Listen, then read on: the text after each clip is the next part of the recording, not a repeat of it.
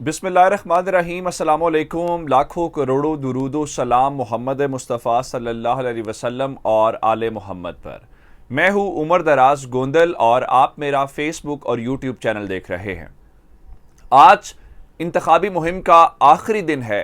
कल ब्रेक होगी और परसों ज़िमनी इंतखाब है।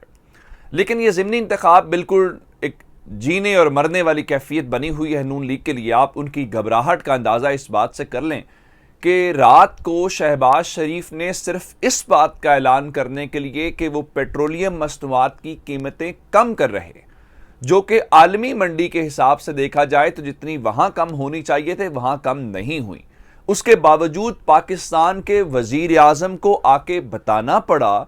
इतना बड़ा मार्का था, इतना बड़ा काम था कि जनाब देखें, हम पेट्रोलियम मसनूआत की कीमतें कम कर रहे हैं। इस दौरान उन्हें पीछे कायद-ए-आज़म की तस्वीर लगाना भी भूल गए और पाकिस्तान का जो झंडा है वो भी कहीं नज़र नहीं आया। ये भी एक नया ट्रेंड ही शुरू हुआ है, वरना आम तौर पे अगर तो वो कौम से खिताब था तो पाकिस्तान के वज़ीर आज़म के कौम से खिताब से पहले कौमी तराना बजता है, झंडा भी होता है और कायद-ए-आज़म की तस्वीर भी होती है। लेकिन चूंकि यहाँ पे होता यह है कि जब पेट्रोल डीजल महंगा करना था, जो कि 1 अगस्त को महंगा होगा, उसके अलावा हल कोई नहीं है इनके पास, वो मिफ्ता इस्माइल की बारी आ जाती है। और मिफ्ता इस्माइल लोग जैसे ही टीवी पे आते हैं तो लोग गाड़ियां लेके भागते हैं कि भाई देखो अब पेट्रोल महंगा होने लगा। लेकिन शहबाज शरीफ ने यह हरबा सिर्फ और सिर्फ ज़िमनी इलेक्शन के लिए इख्तियार किया और ज़िमनी इलेक्शन जीतने के लिए। लेकिन लोग इतने बेवकूफ़ नहीं हैं। लोगों को पता है कि ये रिलीफ देने का मकसद नहीं है, ये सिर्फ और सिर्फ लोगों को बेवकूफ़ बनाना है। इस पर लोग मजीद गुस्से होते हैं कि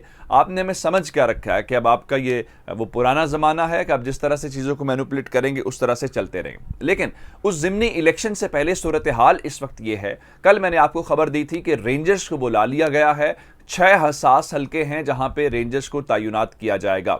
लेकिन मैं आपको एक बात बताऊं, बात रेंजर्स से भी आगे चली गई है, चूंकि सूरत हाल किसी तौर पे कंट्रोल नहीं हो रही। मैं आपको सिर्फ ख्वाजा आसिफ ने जो रात को जियो न्यूज़ के ऊपर बैठ के बात की उससे अंदाज़ा लगा लें।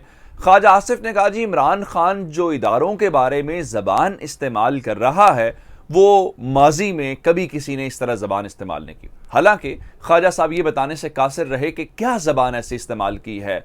मिसाल के तौर पे मैं आपको एक ज़बान के मुतालिक बता देता हूँ कि उन्होंने इलेक्शन कमीशन से बड़े सादा से सवालात किए कि आप ये बताइए, आप मरीम नवाज़ और हमजा शहबाज शरीफ से लाहौर के अंदर या जहाँ पे भी कितनी मुलाकातें कर चुके हैं। अगर आप नहीं बताएंगे तो हम बता देंगे, हमारे पास इस चीज़ का रिकॉर्ड है। और ज़रा इस बात के ऊपर देखिए, वो इलेक्शन कमीशन जो आपके मेरे पैसों से चलता है, कौम के पैसों से चलता है, टैक्स पेयर मनी से चलता है, उनकी तरफ से इसके ऊपर रद्द-ए-अमल है। वो क्या फरमाते हैं? वो कहते हैं जी, इदारे के पास इतनी फुर्सत नहीं है कि किसी के सवालों के जवाब दिए जाएं।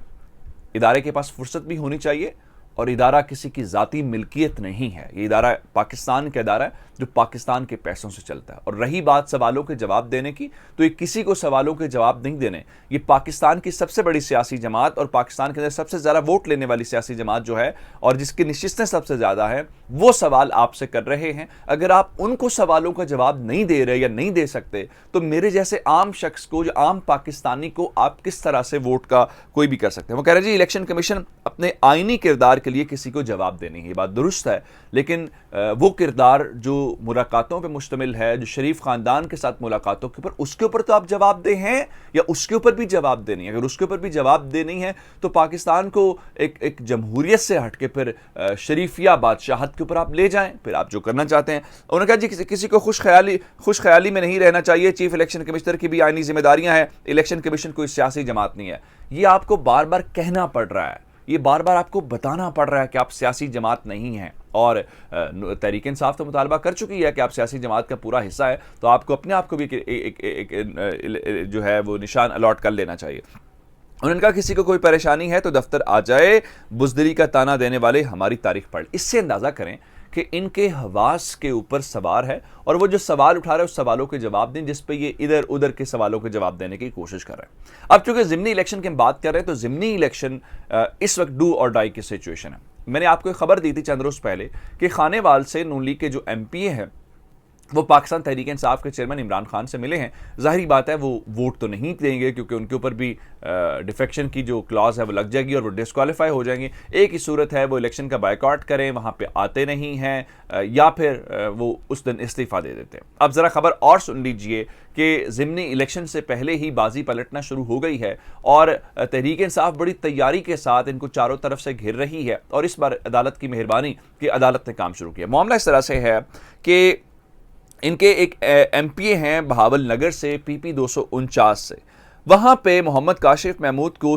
नाअहल किया गया। उन्होंने पूरा हाई कोर्ट और सुप्रीम कोर्ट वाले मामलात के बाद सुप्रीम कोर्ट ने भी उनकी नाअहली बरकरार रखी है, लेकिन उसके बावजूद उनको असेंबली की रुकनीयत से डी नोटिफाई नहीं किया गया, यानी वो अभी तक असेंबली के रुकन के तौर पे। अब इस्लामाबाद हाई कोर्ट ने सेक्रेटरी इलेक्शन कमीशन को इस बारे में नोटिस जारी कर दिया है कि आप 20 जुलाई को ज़ाती हैसियत में पेश हों और ये जो नोटिस जारी किया गया है ये तौहीन अदालत का है।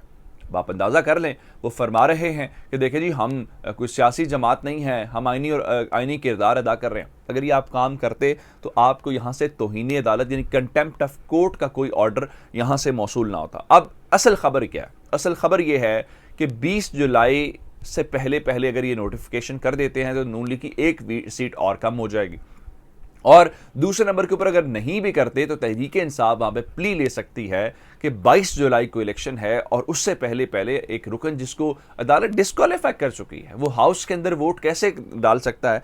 तो ये एक बड़ी दिलचस्प सी सूरत हाल पैदा हो गई है जहां पे पाकिस्तान तहरीक इंसाफ को समझे कि गैबी मदद आ गई है, क्योंकि इन्होंने 5 सीटों की फिक्सिंग पहले भी करने की कोशिश की और वो 5 सीटें मखसूस सीटें थी और मखसूस सीटों के ऊपर फिर बिल आखिर लाहौर हाई कोर्ट के कहने के ऊपर इनको करना पड़ा। अब ज़रा सूरत हाल सुनिए कि मरियम बीबी ने क्या किया कि उन्होंने कल कोहोटा के अंदर एक जलसा PP7 के अंदर पिंडी कोहोटा के अंदर जलसा किया था। एक तो हमें वहाँ से रिपोर्ट्स आ गई कि कितना जोश खरोश था, लोगों ने ग्राउंड मैदान और बाजार की सूरत हाल बता दी। अब राजा सगीर उनके वहाँ से कैंडिडेट हैं और स्टेज से ये ऐलान हो रहा था कि राजा सगीर साहब स्टेज के ऊपर तशरीफ ले आए, लेकिन वो स्टेज के ऊपर मौजूद थे लेकिन उन्होंने मरियम नवाज के साथ खड़ा होना गवारा नहीं किया। बड़ी दिलचस्प वीडियो थी कि वो साइड पर बैठे हुए थे। वजह क्या थी कि नून लीग वाले कितनी लोगों को इज्जत देते हैं, उनके अपने हल्के के लोग जिनकी बुनियाद के ऊपर उन्होंने इलेक्शन लड़ना है, जाहिर बात है आपने अपने इलाके के लोगों को अकोमोडेट करना है। लाहौर से मरियम बीबी गई हैं तो वापस आ जाएंगी, उन्होंने तो अपने लोगों के साथ रहना है, तो उनको स्टेज के ऊपर एंटर होने की इजाज़त नहीं दी गई,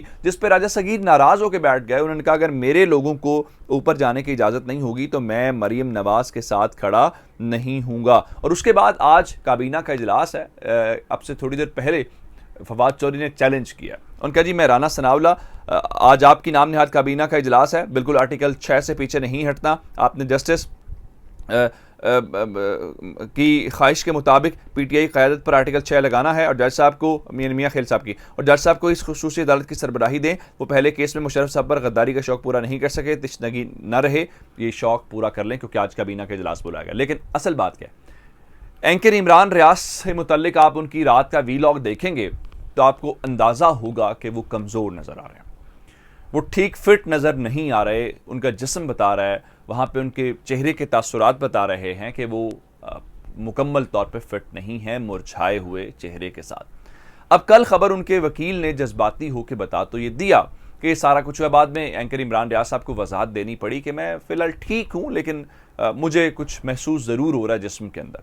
अब डॉक्टर्स ने उनके टेस्ट किए जिसके बाद ये तय हुआ, जिसमें उनके डॉक्टर्स का 90% ख्याल है कि उनको जहर दिया गया, और ये खबर मैं आपको कल दे चुका हूँ।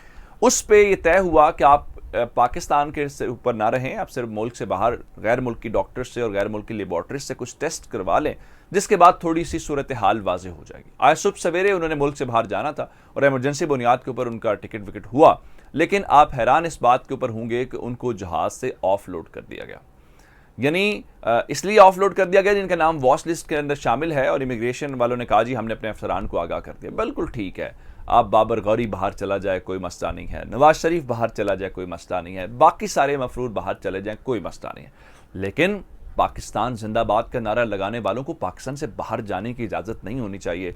इनको मज़ीद जो है वो जलील और रुस्वा किया जाना चाहिए ताकि इनके अंदर जो पाकिस्तान की हुब्बुल वतनी है, वतन से मोहब्बत है, वो इनको सज़ा मिलनी चाहिए। भाई होते कौन हो पाकिस्तान की बात करने वाले, यहाँ एक खेल है, उस खेल का हिस्सा बनो, अयाशी बनो। तो इमरान रियाज साहब चले जाएंगे बाहर अदालत से, अल्लाह ताला उनको सेहत याब करे, लेकिन ये इन्वेस्टिगेशन ज़रूर होनी चाहिए कि ये आखिर जो जहर वाली बात है ये किसने की है और क्यों की है। ये बड़ा सेंसिटिव मामला है, वरना तो फिर इस मुल्क के अंदर हर किसी को ये सिलसिला होगा और उसको ये पार कर देंगे। अपना बहुत सारा ख्याल रखिएगा। खुदा हाफिज़।